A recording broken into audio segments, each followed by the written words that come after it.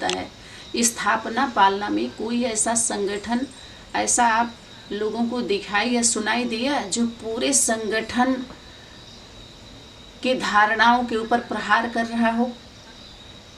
ऐसे तो सभी यही बोलेंगे कि क्या ज़रूरत है, अपना बोलिए ना, जो कर रहा है भरेगा, बाबा करेगा, भगवान करेगा। भगवान हाँ, एक समय अभी आ चुका है वो भी कि हाँ उसके ऊपर ही छोड़ देना ठीक है। इतना भोंकने की भी क्या ज़रूरत है, जितना भोंकना था भोंक लिया गया।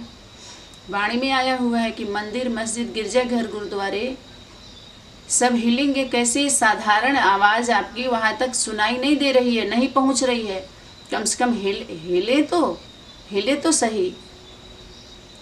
तो वो प्रेम जो स्वयं वर्ण का है, वो आदि माता पिता का है। फर्स्ट जोड़ी जो शंकर पार्वती का दिखाया लव मैरिज का, ऐसे लव मैरिज दिखाते हैं। तो सत्य से प्रेम हुआ। आप लोगों का प्रेम किससे हुआ है? छोटा रूप में है आप लोगों का। सत्य से प्रेम कर रहे हो। अगर सत्य नहीं हो तो, और सत्य के साथ ही नहीं कि सत्य बात के साथ स्वरूप भी है। आप लोग साथ में क्यों हैं? कारण यही है कि सत्य फीलिंग हो रही है कि हाँ सत्य के साथ हर आत्मा क्यों जुड़ना चाहती है? अभी तक इतना लंबा समय हम उसी के पीछे तो लगाए कि हाँ यही सत्य है, ये सत्य है। रावण राज्य में भी वही सच्ची जो क्वालिटी की आत्माएं हैं, सत्य के साथ सच जीवन जीना चाहती हैं। इस तरह से मार झगड़ा लड़ाई अपने को प्रसिद्ध नहीं करना चाहती। सिद्धि स्वरूप वाली आत्माएं सत्य को प्रसिद्ध नहीं करना चाहती। और ये लोग सत्य आधा अधूरा धारण करके क्या प्रसिद्ध हो गए हैं, लेकिन सिद्धि स्वरूप से दूर हैं। लेकर के कितना ढेर सारा वो है। तो वाणी चलनी चाहिए कि नहीं चलनी चाहिए? हाथ उठाइए आप सभी। ये वाणी चलनी चाहिए कि नहीं चलनी चाहिए? दिल्ली के मंच से, दिल्ली के ऊपर इतना ढेर सारा आप लोग ऐसे सच्ची आत्माएं डरेंगी थोड़ी ही, वो तो निखरेंगी। जो अंदर एक बाहर दूसरे हैं वो क्या होंगे?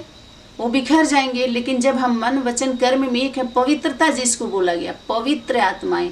सोना के ऊपर कितना भी किचड़ा डाल दो, तेजाब डाल दो, कुछ भी डाल दो, लेकिन ऐसा थोड़ी है कि वो सोना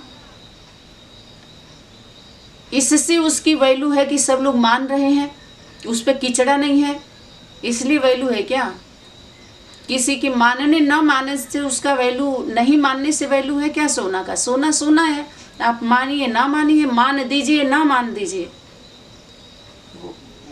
सीधा सीधा है। आप मान नहीं देंगे, सत्य को नहीं मानेंगे, आप न रक्षा होगी आपकी न सुरक्षा होगी। सभी बोल रहे हैं धर्म की रक्षा जो नहीं करेगा उसका सुरक्षित नहीं है। वो सीधी सीधी बात है, उसको तो नहीं कोई काट सकता है ना। अगर आप सत्य का साथ नहीं देंगे, सत्य के साथ खड़े नहीं होंगे, चलो आप चलिए नहीं, खड़े भी नहीं होंगे, अगर भाग रहे हैं तो आप सुरक्षित नहीं हैं। सीधी सीधी बात है।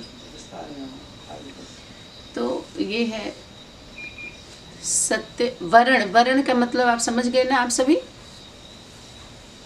वर्ण माना स्वीकार करना, और इसको सत्य पुरुष को। तो आत्मा परमात्मा को वर्ण की थी, शरीर सहित वर्ण दही की बात नहीं है। लेकिन ये जैसे कुछ गायन पूजन ऐसे होता है जो भक्त आत्माएं अपने मनमत परमत से इंटरेस्टेड बनाती हैं, चाहे वो फोटो हुआ, चाहे यादगार हुआ। किसी भी यादगार वाणी में क्या आया कि कारागार बना हुआ है, ये कारागार है, ये कारगर दिखाई दे रहा है। बंधक बन गए, बंदी बन गए हैं लोग, इंटरेस्ट पैदा कर रहे। ये भक्ति आसुरी भक्ति है, रावण की भक्ति है। इससे हमें कुछ सीखना होता है। तो इसी तरह से जब वो समय आता है तो कितने आएंगे साथ में। तो ये शिव, हाँ, तो जो शिव शक्ति के वाणी में क्या इशारा था कि तुम बच्चों को सिर्फ शिव जयंती नहीं कहना है, त्रिमूर्ति शिव शक्ति जयंती। तो तीनों का, माता पिता पुत्र और पुत्री का एक बात। दूसरी बात, ऐसा जन्मदिन कब देखा जहाँ बाप और बच्चों का एक साथ मनाया जा रहा हो? तो बाप और बच्चों के साथ माँ तो अंडरस्टूड रही, माँ भी है, बोलिए। तो बहुत सारी फोटो ऐसे हैं, यादगार ऐसे मना लिए। तो कौन मना रहा है यादगार? रावण की दुनिया में कौन यादगार? उससे कारोबार चल रहा है, कारोबार कर रहे हैं लोग यादगार उसके। उसमें एक समय आएगा ये बंद किया जाता है तो मान लेना चाहिए ना, लेकिन फायदा हो रहा है।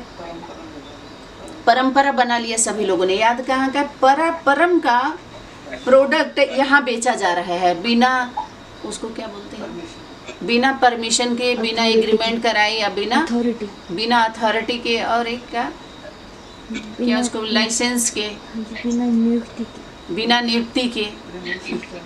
कहाँ का, परम का माल है, और मृत्यु लोक में कैसे बेचा जा रहा है आप देख लीजिए। तो वही बाद में फिर गीता जयंती होता है, शिव जयंती। तो ऐसे भी करेंगे तो भी पकड़े जाएंगे ये। हाँ, त्रिमूर्ति का स्टैंप लगना ही है उस हाउस में, जब तक नहीं लगेगा। और शिव माना ही सत्य, कल्याणकारी जो प्रकाश। और शिव का कितना स्वरूप है, तो सत्यम शिवम सुंदरम, सत्य ही है वो। लेकिन स्वरूप कौन सा, स्वरूप माना आता है पर्सनालिटी। और पर्सनालिटी के साथ क्या आएगा, व्यक्ति के साथ व्यक्तित्व आएगा। उसके व्यक्तित्व के साथ ही व्यक्ति प्रत्यक्ष होगा, ना कि प्रवेश होगा। किसी व्यक्ति को लेकर के अगर कोई शक्ति प्रवेश हो गई तो प्रवेशता को क्या कहेंगे आजकल के युग में, समय में क्या कहेंगे, प्रवेशता को क्या कहेंगे, भूत।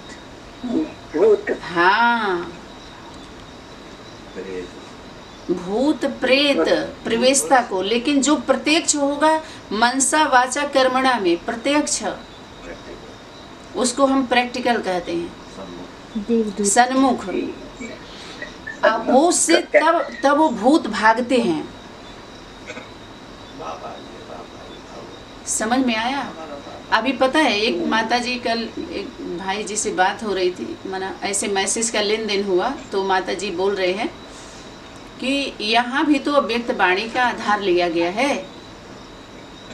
पूरी बात तो सुनते नहीं आप व्यक्त। और दादी के द्वारा जो वाणी आई उसका आधार लिया गया, दादा लेखराज का। वो लोग वही दोनों तो गुरु हैं। गुरु का निंदक ठहर न पाए, उन दोनों गुरु का निंदा ही तो कर रहे हैं माता जी। मम्मा बाबा का निंदा ही तो कर रहे हैं। और तो सदगुरु निंदक ठहर न पाए, यानी गुरु सदगुरु। आप जरा सोचिए इस पे कितनी बार वाणी चली है। और वीरेंद्र देव दीक्षित बाबा के द्वारा बहुत ज़्यादा उस पर प्रकाश डाला गया।